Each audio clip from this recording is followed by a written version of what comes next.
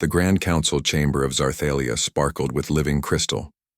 The walls themselves seemed to pulse with energy as the human delegation entered. Mason felt the strain of standing at attention in the heavy protective suit. Every muscle ached from the increased gravity, but he kept his posture perfect as Ambassador Grant approached the council. 5 elder Zarthalians sat on raised platforms, their skin patterns more complex than the younger members of their species. Their eyes glowed with a deep blue wisdom earned over centuries of life. The supreme leader sat highest, his presence commanding respect without words. Princess Ilara sat to the side on a smaller platform. Her violet eyes scanned the humans with obvious disdain. When her gaze landed on Mason, he met it steadily, refusing to look away. Ambassador Grant spoke with eloquence, describing Earth's culture achievements and potential as allies. The Vexnor threat loomed over her words, an unstated urgency that everyone understood. Without this alliance, both civilizations might fall separately. We offer friendship, technological exchange, and strategic partnership. Grant concluded, we know our technology is less advanced, but we bring other strengths, creativity, adaptability, and determination. The Supreme Leader nodded thoughtfully. We have observed your species with interest, Ambassador. Your rise from primitive beginnings has been remarkably swift, though you remain young among spacefaring peoples. Princess, Ilara laughed softly, a sound like tinkling crystal. They still require mechanical assistance just to stand in our gravity. Father, how can such fragile creatures help against the Vexnor? Their bodies would break, their minds would shatter. The council chamber grew quiet. At her interruption, the Supreme Leader frowned. Ilara, this is not your place. Ambassador Grant smiled diplomatically. The princess raises a fair concern. Your Highness, our physical differences are significant, but humans have always faced limitations and found ways to overcome them. Mason made a decision in that moment. Carefully, he stepped forward and bowed to the Supreme Leader. With great respect, may I address the princess' concern? The elder Zarthalian studied Mason with interest, then nodded. Speak, human. Mason reached up and removed his helmet. His face showed the strain of the increased gravity, but his voice remained steady. Princess Ilara questions our physical capabilities. A valid concern in any military alliance, to the shock of both delegations. Mason began removing his protective suit. First the chest piece, then arm guards and leg protections, until he stood in only the thin black undersuit worn beneath. Every movement was difficult. The crushing gravity made even breathing a challenge, but Mason remained standing. What are you doing? Ambassador Grant whispered, her eyes wide with alarm. Princess Ilara leaned forward with sudden interest. Are you attempting to prove something, human? Mason bowed again, though the movement nearly made him stumble. I wish to demonstrate what the princess has not yet seen. Your Highness, physical strength is not merely what evolution gives us, but what determination builds. Humans do not accept limitations. We overcome them with enormous effort. Mason performed a perfect military bow to the council, then turned and walked from the chamber. Each step was agony, but he kept his pace steady and his back straight, until the doors closed behind him. In the corridor, Mason collapsed against the wall. His body screamed in protest, every muscle burning. His lungs labored to draw breath in the crushing pressure, but he smiled. The look of surprise on Princess Ilara's face had been worth the pain. Later that evening, Mason forced himself to continue, without the suit.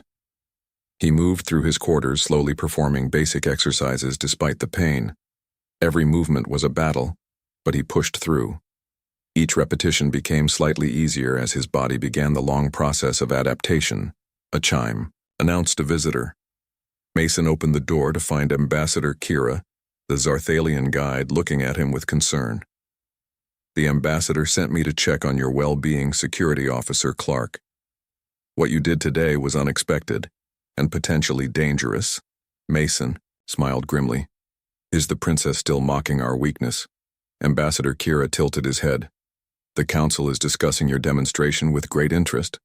Princess Alara has been unusually quiet, but I must warn you, our medical experts believe prolonged exposure to our gravity could cause permanent damage to your human physiology. I understand the risks, Mason replied. But sometimes a point must be made physically, not just with words. The next morning, Mason arrived at the diplomatic breakfast without his protective suit. The effort of walking through the Zarthalian complex had left him exhausted, but he refused to show weakness. He had taken medication for the pain and muscle relaxants to prevent cramping. Still, every movement required conscious effort. The Zarthalian diplomat stared in surprise. Ambassador Grant looked both concerned and impressed. Princess Alara watched from across the room, her violet eyes narrowed. Mason, you should reconsider this, Grant said quietly. You're risking your health. Sometimes the best diplomacy is demonstration. Ambassador Mason replied through gritted teeth. I can endure one day. The doctors can patch me up tonight. Throughout the morning meetings, Mason felt Princess Alara's attention on him. He struggled to stand straight as his muscles screamed in protest. The human doctors on the expedition had warned him about potential kidney damage, spinal compression, and heart strain. But he continued. During the midday break, Mason found a quiet garden to rest. His body trembled with exhaustion as he lowered himself carefully onto a bench. The garden was beautiful, with floating crystal flowers and strange plants that moved as if alive. He closed his eyes, focusing on his breathing techniques to manage the pain. You are damaging yourself, Princess Alara's voice startled him. Mason looked up to see the princess watching him, her expression unreadable. You cannot adapt to our gravity so quickly, she continued. It's biologically impossible. Your internal organs are being compressed. Your skeleton is under dangerous strain. Our medical scans show this clearly. Mason smiled softly, the pain evident in his eyes. Yet, here I sit. Your Highness. Not in comfort, certainly, but adapting nonetheless. That's what humans do. We push boundaries. The princess moved closer, studying him with new interest. Why risk yourself for a point of pride? Not pride, Mason corrected. Understanding. You see us as weak because our bodies evolved for a different world. But strength isn't just physical capacity, it's also determination. The will to continue despite pain and limitation. Princess Alara considered this. Your species is strange. Most life forms avoid pain. You seem to seek it out. We seek growth, Mason replied. Pain is sometimes the cost of that growth. The Vexner threaten both our worlds, Princess. They believe themselves superior, more evolved, more deserving of survival. I wanted to show that appearances can be deceiving. Even those who seem weak can possess unexpected strength. For the first time, Princess Alara seemed truly thoughtful. Perhaps you have made your point, Security Officer Clark. She reached into a pocket and withdrew a small device. Here. This will help counteract the worst gravitational effects without the bulk of your protective suit. It is my personal technology, not available to others. Mason looked at the device with surprise. Thank you, Your Highness. The princess smiled, a genuine expression that transformed her face. Do not mistake this for sentiment, human. I simply find your experiment interesting. I wish to see how long you can continue before you break. As she walked away, Mason attached the small device to his chest. Immediately, he felt some relief as the crushing weight seemed to lessen. Not completely, but enough to function without immediate danger. He smiled to himself. The princess had just offered her first concession. Perhaps there was hope for this alliance after all. Sometimes the greatest diplomatic victories came not from grand speeches, but from simple acts of determination. The great ship Starlight Explorer drifted into orbit around the gleaming blue planet of Zarthalia. Mason. Clark stood at the viewport watching as the alien world grew larger. His heart beat faster at the sight. He was among the first humans to visit this distant world, home to one of the most advanced civilizations in the known galaxy. 20 other soldiers stood nearby, all wearing the heavy protective suits designed for the mission. The suits would help them handle the stronger gravity of Zarthalia, which was nearly 1.5 times that of Earth. The extra weight would crush untrained humans without assistance. Ambassador Kimberly Grant entered the observation deck. Her calm presence settled the nervous energy in the room. She had led 3 previous first contact missions, but even she seemed impressed by the beauty of Zarthalia. "We enter a historic moment, Mason," she said softly. "This alliance could change everything for Earth. The Vexnar Empire grows stronger each day. Without help, we stand little chance against their expansion." Mason nodded. The mission briefings had been clear. The Vexnar had already conquered 12 systems, and Earth was likely next on their list. Only the Zarthalians with their advanced technology could help humanity survive what was coming. The landing shuttle shook as it entered the atmosphere. Mason checked his armor systems one last time. The weight of responsibility pressed on him as heavily as the protective suit he wore. He had been chosen for this mission because of his calm temperament and diplomatic training as much as his military skills. The Zarthalian welcome party waited as the humans disembarked. Mason stared in wonder at the aliens. Their skin shimmered with an iridescent glow, like mother of pearl. They stood taller than humans, with graceful limbs and features that seemed almost carved from living crystal. Their eyes glowed with inner light in various colors, from deep blue to vibrant purple. A Zarthalian official stepped forward. "Welcome to our world, humans. We are pleased to receive your delegation. Ambassador Kira will show you to your quarters. The High Council awaits your formal presentation tomorrow." As they followed their guide through the sprawling city, Mason could not help but stare. The buildings seemed to grow from the ground itself. Towers of crystal and living material stretched toward the sky. Gardens floated in midair without visible support. Vehicles moved silently through the air, without engines. That Mason could recognize everything spoke of technology. Thousands of years beyond Earth. Their quarters were spacious and clearly adapted for human needs, though the gravity remained challenging, even with their suits. Mason felt the strain in his legs with each step. He knew they would all be exhausted by nightfall. During the evening reception, Mason stood guard near Ambassador Grant as she spoke with various Zarthalian officials. He noticed a younger Zarthalian watching from across the room. Her crystal eyes glowed with a fierce violet light. Unlike the calmer blues of the older aliens, she wore elaborate decorations that suggested importance. "Who is that?" Mason asked their guide quietly. "That is Princess Ilara, youngest daughter of the Supreme Leader." Ambassador Kira replied. "She rarely attends diplomatic functions. I am surprised to see her here." As if sensing their attention, the princess approached. Her movement was like flowing water, graceful and effortless. She stopped before Mason, studying him with unconcealed curiosity. "So these are the humans," she said. Her voice like chiming bells through the translator. "Smaller than I expected." Ambassador Grant smiled warmly. "We are honored by your interest, Princess Ilara. This is security. Officer Mason Clark, part of our protection detail." The princess circled Mason like a curious child examining a new toy. Her eyes narrowed as she observed his armored suit. "You need this to stand in our gravity?" she asked. "Yes, Your Highness," Mason replied. "Politely, our world has weaker gravity than yours." "How primitive," Ilara said with a musical laugh. Her eyes flashed with amusement that bordered on mockery. "You travel between stars, yet cannot even adapt to a simple thing like gravity." Ambassador Grant intervened smoothly. "Evolution takes time, Princess. Our species developed on a different world." The princess shrugged elegantly. "I suppose it cannot be helped that your kind is so fragile." She turned away dismissively. "I look forward to tomorrow's formal presentation. It should be amusing to see what you offer our people." After she left, Ambassador Kira looked apologetic. "Please forgive the princess.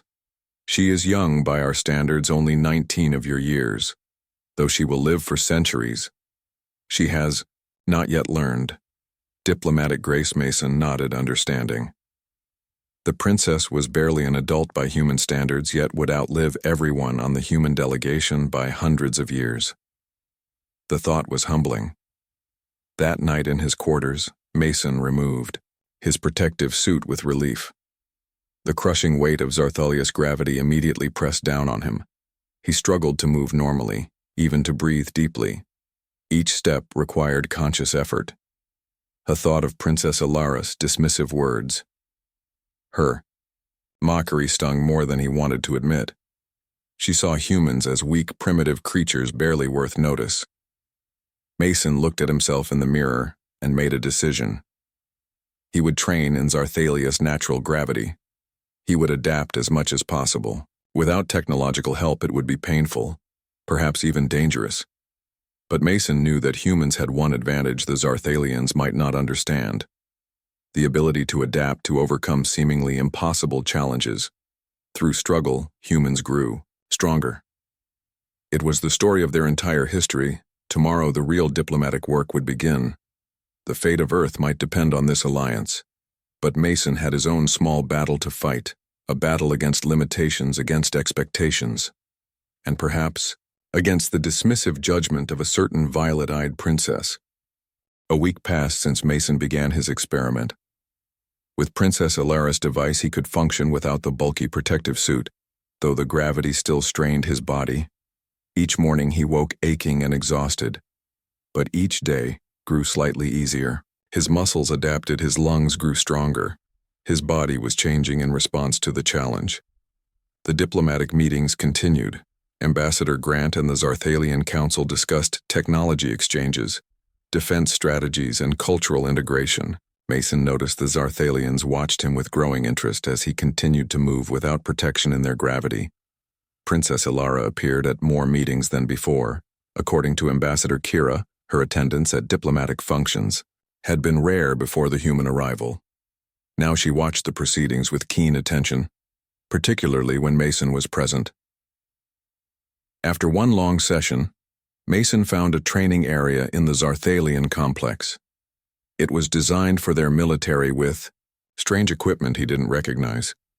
Despite his exhaustion, he began a modified workout routine. The princess device helped, but he still felt every movement as a struggle. He was midway through a series of adapted push-ups when he sensed someone watching. "You continue to surprise us." Security Officer Clark Princess Alara stood in the doorway, her violet eyes bright with curiosity. "Our medical experts predicted you would require hospitalization by now." Mason rose to his feet with effort. "The device you gave me has been helpful." "Your Highness." The princess moved into the room, her movements fluid and graceful compared to his labored motion. "Our scientists wish to study you. They are interested in your adaptation." "Great." Mason smiled.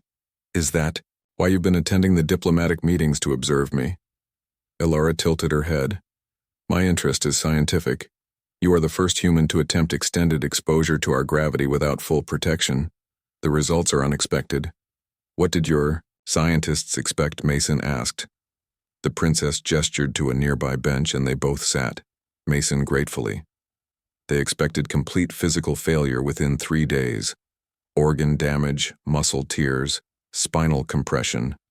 But your body is adapting. Your muscle density has increased. Your bone structure is showing early signs of reinforcement. Your respiratory efficiency has improved. Our biological experts are fascinated." Mason nodded. "On Earth, there are humans who train in high-gravity chambers for space travel. We call it resistance training.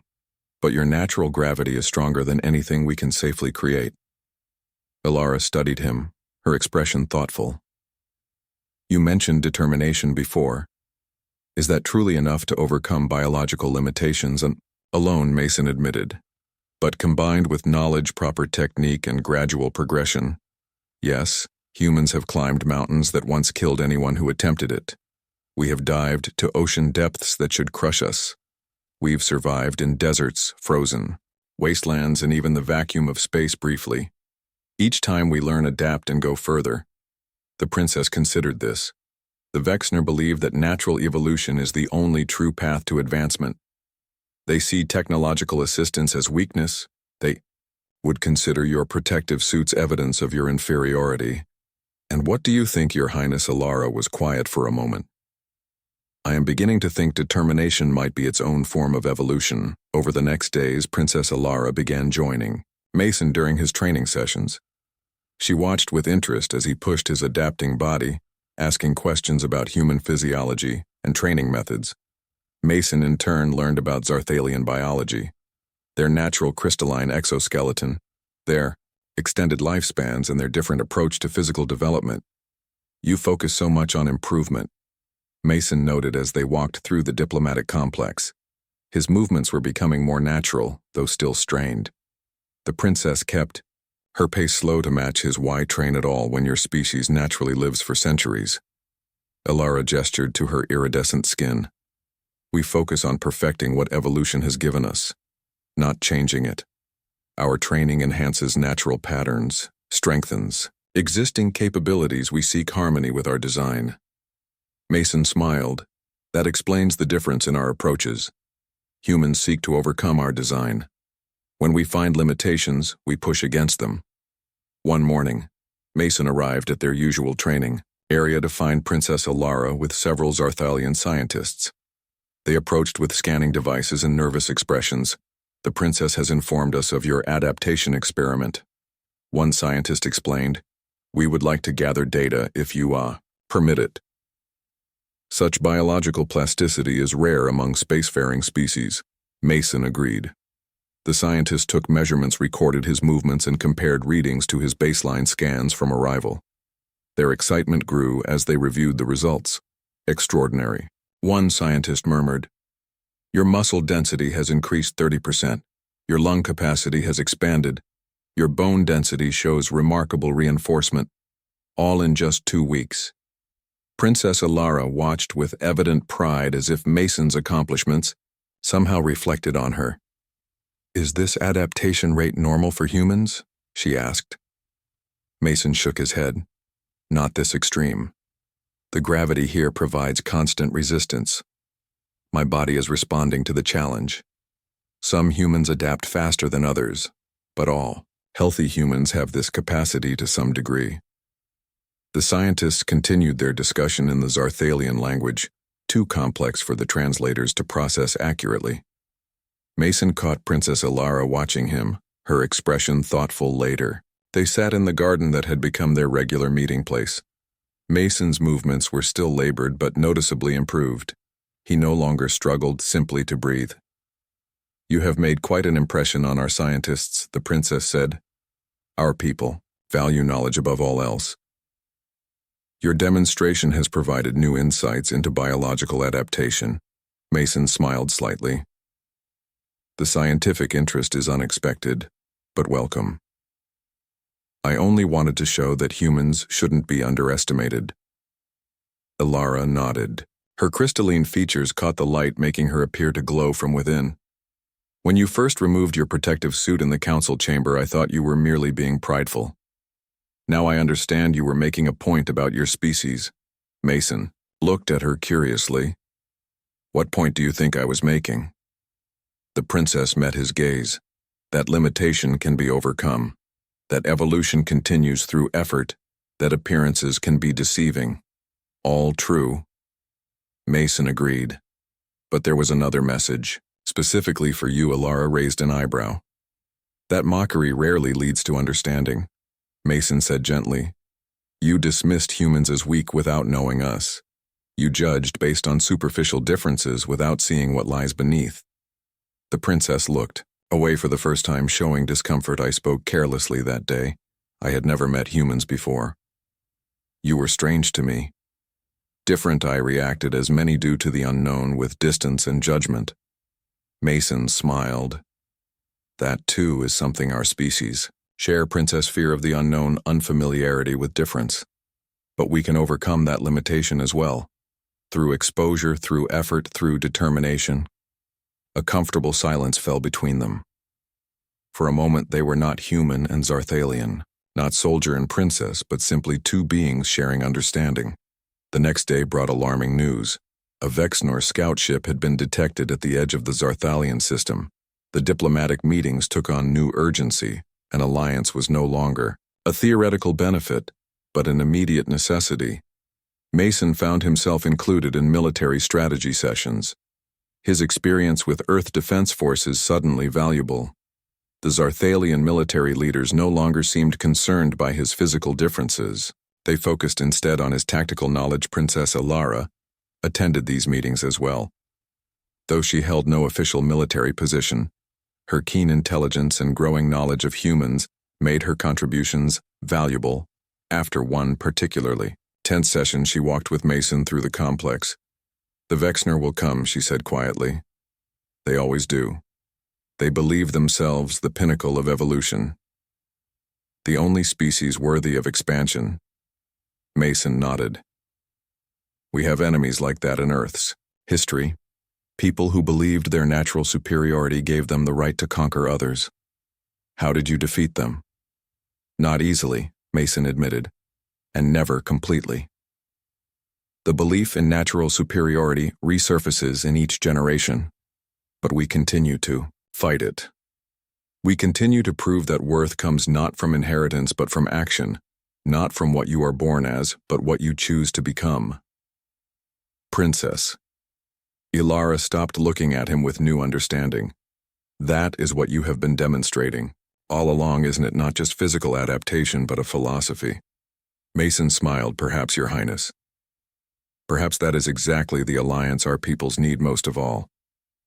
The alert sirens wailed throughout the Zarthalian capital. Mason ran through the corridors without his protective suit. His body had adapted enough to move efficiently in the higher gravity, though still not with the grace of the Zarthalian's princess. Ilara ran beside him, her crystalline skin glowing with stress patterns. "The Vexner fleet has entered the system," she explained. 3 warships and multiple fighters. They moved faster than our sensors predicted." Mason frowned. "That matches their tactics from other systems. Quick strikes to test defenses before the main force arrives." They reached the military command center where Ambassador Grant was already conferring with Zarthalian leaders. The Supreme Leader stood before a holographic display, showing the approaching Vexner ships. Their design was organic and predatory, like ocean creatures made of metal. "We have activated our defensive grid," the Supreme Leader announced. "Our planetary shields will protect the surface, but our orbital stations are vulnerable." Ambassador Grant looked grim. "The Vexner are testing your capabilities. They want to see your technology in action before committing their main fleet." "Princess." Ilara stepped forward. "Father, we should deploy the phase cannons. They could disable the Vexner ships without destruction." The Supreme Leader shook his head. "The phase technology is still experimental. Using it would reveal capabilities we may need to keep secret." Mason studied the holographic display. The Vexner ships moved with precise coordination. Their formation suggested standard assault patterns he recognized from Earth military history. "Ambassador, may I speak?" he asked. Grant nodded. "Please, security officer." Clark Mason approached the display. The Vexner flight pattern suggests they expect a technological defense. Their formation is designed to probe for weaknesses in automated systems, but they may not be prepared for unconventional tactics. The Supreme Leader looked interested. "What do you suggest?" "Human on Earth. We developed countermeasures against superior forces." Mason explained strategies that rely not on technological advantage, but on unexpected actions. He pointed to the display. The Vexnor maintained tight formations expecting programmed responses. If you could mask a small strike force within your defensive grid activation, they might not detect it until too late. A few fighters could disrupt their formation, forcing them to break pattern. The Zarthalian military commander looked skeptical. "Our defensive grid is not designed for offensive coordination. It would require manual override of automated systems." "I could do it," Mason offered, "if your pilots can follow unusual tactics." Princess Ilara stepped forward. "I will lead the strike force." She turned to her father before he could object. "My training in the experimental fighters makes me the logical choice." "The human is right, father. The Vexner expect patterns, not improvisation." The Supreme Leader studied his daughter. Then Mason, his ancient eyes seemed to weigh possibilities, futures, diverging paths. Finally, he nodded. "Make your preparations. The Vexner will enter weapons range in 30 minutes. Mason followed Princess Ilara to the fighter bay. His heart raced with nervous energy. He had not expected to be directly involved in combat. His role had been diplomatic security, not military engagement. 6 crystalline fighters waited in the launch bay. Their design was unlike anything on Earth. Transparent cockpits showed control systems that seemed alive, pulsing with energy. Princess Ilara led him to a control station. Our defensive grid follows mathematical patterns, she explained, perfectly predictable to our engineers. But the Vexner have studied our technology. They expect these patterns. You must create disorder within order, Mason nodded, examining the control interface. It was alien, but the principles seemed familiar enough. Our military strategists call this controlled chaos, creating unexpected variations within standard protocols. Ilara handed him a neural interface band. Place this on your forehead. It will allow you to input commands directly. Mason hesitated, then put on the device. Immediately his mind filled with streams of data, defensive grids, power allocations, sensor arrays. The complexity was overwhelming. Focus on the patterns. Ilara's voice guided him. Find the rhythm, then change one variable at a time. Mason concentrated. The mathematical sequences underlying the defense grid became clear in his mind. Began making subtle adjustments, not enough to compromise the defense, but sufficient to create windows of opportunity. Unpredictable gaps in the pattern. Princess Ilara watched the display as his changes took effect. Perfect, she said. The Vexner scanners will see our standard defense activation, but not the variations. You have created a shadow in our light. She turned to the 6 pilots waiting nearby. Follow Flight Plan Omega, but watch for the pattern breaks. The human has created places where the Vexner will not look. Use them. Mason continued adjusting the grid as Princess Ilara prepared to board her fighter. He called out to her, "Your Highness." She turned her violet eyes questioning. "Be careful," he said. "The Vexner will adapt quickly when they realize the deception." Ilara smiled, a gesture she had clearly learned from humans. "Do not worry, Mason Clark. This is not my first combat flight." The fighters launched, silently slipping into space as the defensive grid activated. Massive energy fields surrounded the planet, glowing with power. Mason watched through the command center's displays as the 6 small fighters disappeared into the pattern. Disruptions he had created, the Vexner ships approached their organic design, becoming clearer. As they neared from this distance, they resembled massive predatory fish, their hulls covered with sensory organs and weapon ports. They moved with precision, maintaining perfect formation. Ambassador Grant stood beside Mason, her expression tense. "Will this work, I hope?" So Mason replied, "The princess is an excellent pilot." Grant raised an eyebrow. "You two have become quite close." Mason kept his eyes on the display. Princess Ilara has been studying human adaptation. We have learned much from each other. The first energy blasts from the Vexner ships hit the planetary shields. The defense grid responded automatically, shifting power to impact points. The 6 Zarthalian fighters remained undetected, hidden in the mathematical shadows Mason had created. Then came the moment of attack. The fighters struck from impossible angles, emerging from what should have been solid defense patterns. They fired precisely, targeting propulsion systems and sensors on the Vexner ships. The enemy formation broke as they attempted to respond, but the Zarthalian fighters were already shifting position, disappearing again into the pattern disruptions, reappearing where sensors could not predict. Mason watched Princess Ilara's fighter with particular attention. Her piloting was extraordinary. She moved her craft with impossible precision, targeting the lead Vexner ship with multiple strikes before vanishing again. The Vexner began firing wildly, their perfect formation shattered by confusion. Their advanced sensors searched for patterns but found only chaos. Mason continued adjusting the grid, creating new shadows, new blind spots for the Zarthalian fighters to exploit. For 10 minutes the battle raged. The Vexner ships tried to regroup to establish new formations, but each time they began to coordinate, the Zarthalian fighters would strike from unexpected vectors. Finally, the Vexner fleet commander made the decision to retreat.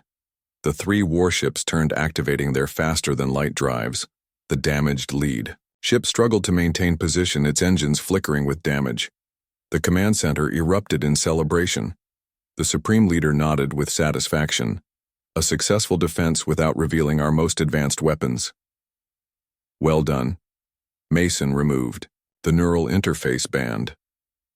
His head pounded with the strain of maintaining the complex adjustments, but his heart soared with their success. The Zarthalian fighters returned to the bay, one by one. Princess Ilara's fighter was last to dock. Mason hurried to the bay to meet her.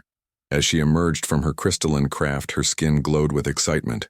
Her violet eyes found him immediately. It worked. She called. Your chaos patterns confused their sensors completely. They never established a targeting. Lock Mason smiled.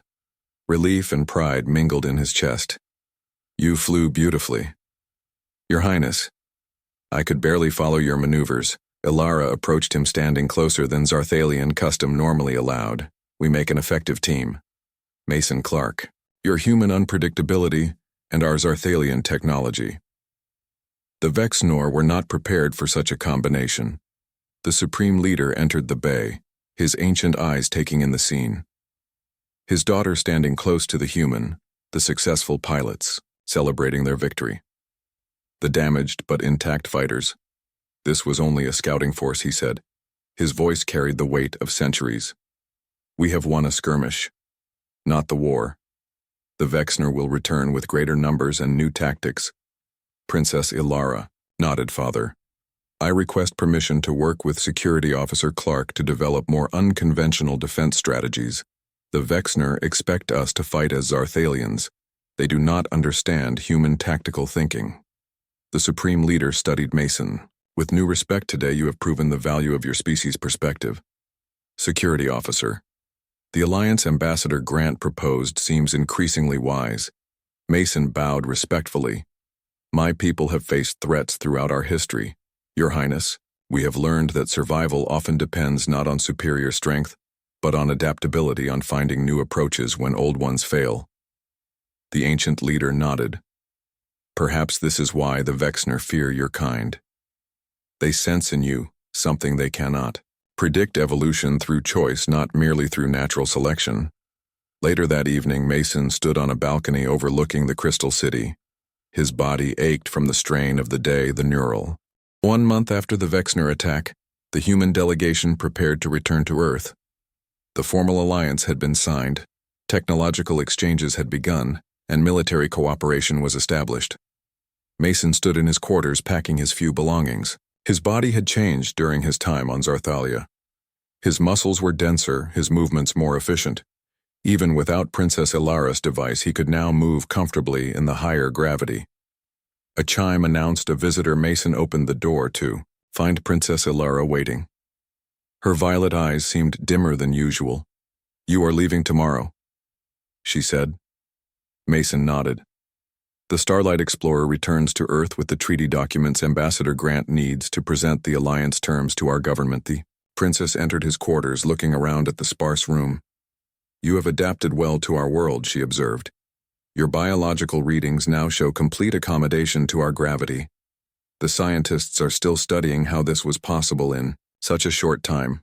Mason smiled. It will fade when I return to Earth. The human body adapts both ways. When the challenge is removed, the adaptations recede. Ilara seemed troubled by this concept.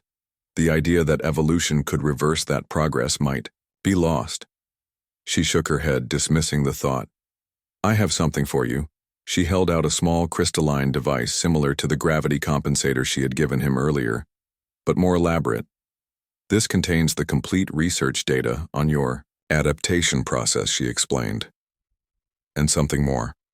My father has authorized me to share certain technological information as part of our exchange. Mason took the device carefully. What kind of information? Ilara smiled. The principles behind our phase, technology, the gravity compensation systems, the neural interface designs. These are gifts from Zarthalia to Earth. But there is something else. Something personal. She touched the device, activating a holographic display. A 3-dimensional image appeared, showing biological data, cellular structures, neural pathways, molecular bonds. I have been authorized to offer you a position here, she said.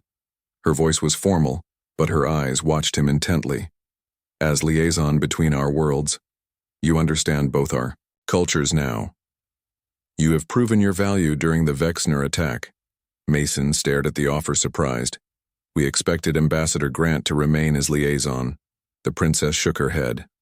Ambassador Grant is needed on Earth to coordinate the alliance from your side, but we require someone here. Someone who understands Arthalian ways. Someone who has physically adapted to our world. Mason studied the holographic display. The position details were impressive.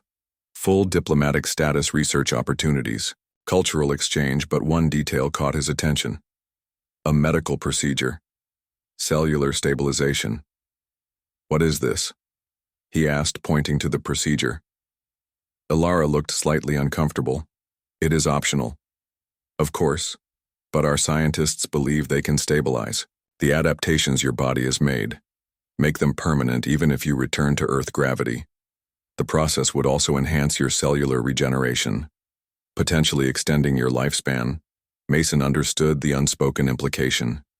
Humans lived, barely, a centuries. Arthalians lived for hundreds of years. If he accepted this position, this procedure, the difference would become painfully apparent as he aged, while those around him remained unchanged. How much extension? He asked quietly. The princess met his eyes. Perhaps double your normal lifespan. Our scientists cannot be certain. The procedure has never been attempted on a human before. Mason sat down, processing this information. 200 years, 2 centuries of life, when humans typically lived less than one. The implications were enormous. Why offer this to me? Ilara sat beside him, her crystalline hand near his but not touching. You have become important to our world, Mason. Not just as a representative of Earth, but as a bridge between our cultures. You understand us in ways no other human does. And she hesitated. I have come to value your perspective. Mason heard what she did not say. The princess had come to value more than just his perspective. Their time together had created something. Neither had expected a connection that transcended their biological differences. You wish me to stay? Ilara nodded. The request comes from the High Council officially, but yes, I wish you to stay. Mason looked out the window at the crystal city that had become familiar to him. In 1 month he had adapted not just physically but culturally. He had learned to appreciate the Zarthalian perspective, their long view of history, their patience, their precision. At the same time, he had helped them see the value in human adaptability, innovation and determination. The Vexnor will return, he said. Yes, the princess agreed. Their retreat was tactical, not strategic. Our intelligence suggests they are gathering a larger fleet. They will test our alliance. Soon Mason considered the offer carefully. Remaining on Zarthalia would mean leaving behind everything familiar. His home, his friends, his world. But he had found something unexpected here. A purpose, a connection, perhaps even a future he had never imagined. Ambassador Grant found him later that evening, still contemplating the decision. I hear the princess made quite an offer, she said, sitting across from him. Mason nodded. Did you know about this? Grant smiled. The High Council approached me yesterday. They were quite insistent.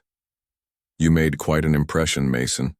Not just with your gravity adaptation experiment, but with your tactical assistance during the attack. The Zarthalians value competence above most things. What would you advise? Ambassador Grant considered. The question carefully. Earth needs this alliance. The Vexner threat is real. If having you here strengthens our position, I would support it professionally. She leaned forward. But personally, Mason, I have to ask what you want, not what Earth needs, not what the Zarthalians offer. What do you want? Mason looked out at the alien sky. The twin moons of Zarthalia were rising, casting multicolored light across the crystal spires. What did he want? He had come here as a security officer doing his duty. Now he was being offered something far different, a new life, a bridge between worlds, a chance to make a difference on a scale he had never imagined, and there was Princess Ilara. Their connection had grown from mockery to respect to something he was not yet ready to name, but it was there. Undeniable, important. "I think I want to stay," he said finally. "At least for a while." Grant nodded. "I thought you might say that." She smiled knowingly. "The princess will be pleased." Mason raised an eyebrow. "Is it that obvious?" The ambassador laughed. "You removed your protective suit and nearly killed yourself after she mocked you. Then you spent every day proving humans can't be underestimated. Yes, Mason, it's obvious. At least to everyone except perhaps you and the princess." The next morning, the human delegation prepared to depart. Ambassador Grant would return with the signed treaties, the technological exchanges, and the promises of military support. Mason stood with the Zarthalian welcoming party now as the one saying goodbye rather than leaving. Princess Ilara stood beside him, her formal robes glittering in the morning light. The Supreme Leader addressed the departing humans with solemn words of friendship and alliance as the human delegation boarded. Their shuttle. Ambassador Grant stopped before Mason. "You're sure about this?" she asked one last time. Mason nodded. "I can do more here than on Earth right now. The Zarthalians need to understand humans better, our adaptability, our perspective. And Earth needs someone who truly understands the Zarthalians." Grant smiled. "Just remember you're still human, Mason. No matter how well you adapt to their gravity, their culture." Or she glanced at Princess Ilara, other aspects of their world. The shuttle departed, carrying the human delegation back to Earth.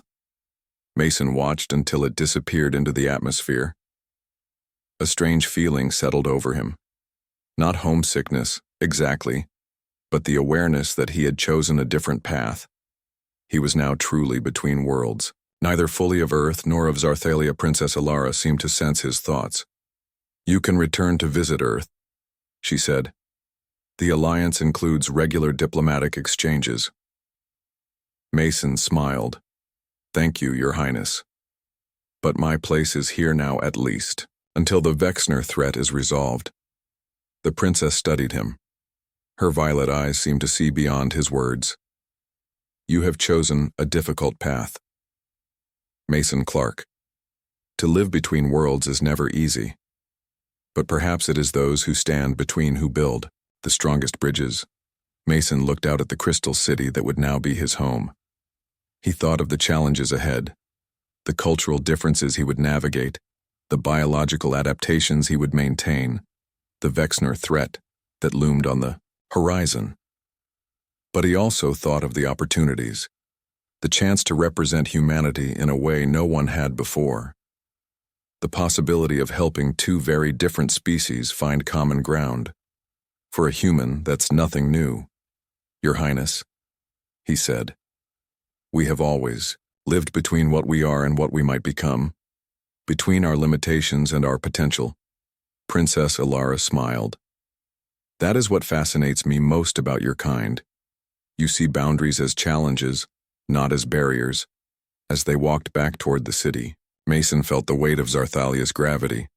The pressure that had once been crushing was now simply present, a constant reminder of his adaptation. But there were other adaptations still to come. Cultural, diplomatic. Perhaps even emotional. He glanced at Princess Ilara walking beside him. Her crystalline form caught the light, making her seem to glow from within. She had once mocked him for his human weakness. Now she looked at him with respect, curiosity, and something more, something neither of them had yet to find. The Vexner believed themselves the pinnacle of evolution, she said as they walked.